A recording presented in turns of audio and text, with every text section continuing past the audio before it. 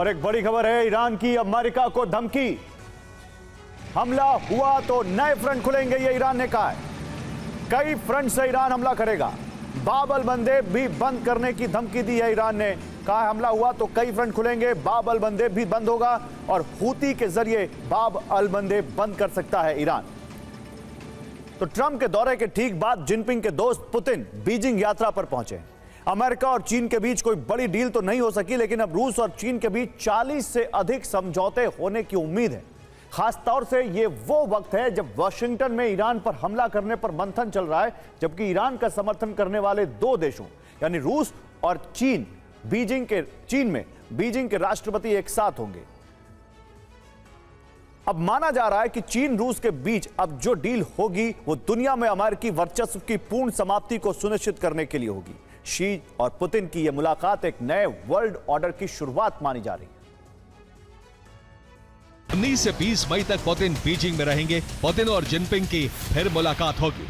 दोनों देशों में 40 पॉइंट के समझौते पर बात होगी। रूस और चीन मौजूदा हालात का फायदा उठाएंगे। रूस चीन अर्थव्यवस्था मजबूत करने की डील करेंगे। तेल गैस संकट के बीच रूस को चीन जैसा ग्राहक मिला है, तो वहीं चीन रूस की वजह से तेल संकट में नहीं फंसेगा। अब उम्मीद है कि पुतिन और जिनपिंग एक बहुध्रुवीय दुनिया के गठन पर जोर देंगे। नई तरह के अंतर्राष्ट्रीय व्यवस्था की भी घोषणा की जा सकती है। अमेरिका को दरकिनार करने के लिए नई नीति बनाई जा सकती है। और अमेरिका की नाकामियों का सिलसिला तो बहुत पहले शुरू हो चुका था। अगस्त 2021 में अमेरिका की ताकत पर सवाल तब उठे जब अफगानिस्तान में तालिबान की वापसी हो गई। यहां नेटो की सेना भी थी, लेकिन अमेरिका को अपने सैनिकों को वापस बुलाना पड़ा। तालिबानी लड़ाकों के आगे अमेरिकी सेना वापस लौटने पर मजबूर हो गई। इसके बाद फरवरी 2022 में अमेरिका को दूसरा झटका लगा यूक्रेन में। यूक्रेन को अमेरिका का समर्थन हासिल था, लेकिन रूस ने अमेरिका की परवाह नहीं की। रूस ने यूक्रेन पर हमला कर दिया और अमेरिका कोई बड़ा एक्शन नहीं ले सका। 2022 में यूक्रेन मुद्दे पर अमेरिका की हालत को देखकर चीन का भी हौसला बढ़ गया और अमेरिका का समर्थन रखने वाला ताइवान गिर गया। ताइवान के करीब चीन का युद्धाभ्यास हुआ। चीन की विशाल सेना ने हर तरफ से ताइवान को घेरने का अभ्यास किया। अमेरिका ने कोई बड़ा एक्शन नहीं लिया। रूस और चीन का सहयोगी नॉर्थ कोरिया भी अमेरिका से नहीं डर रहा।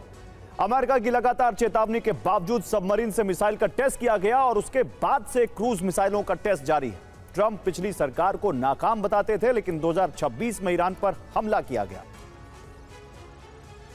और 40 दिन तक लगातार हमले के बावजूद ईरान अमेरिका के आगे नहीं झुका। स्ट्रेट ऑफ हॉर्मुज को खुलवाने में अमेरिका नाकाम है। अब अमेरिका नेटो से मदद मांग रहा है।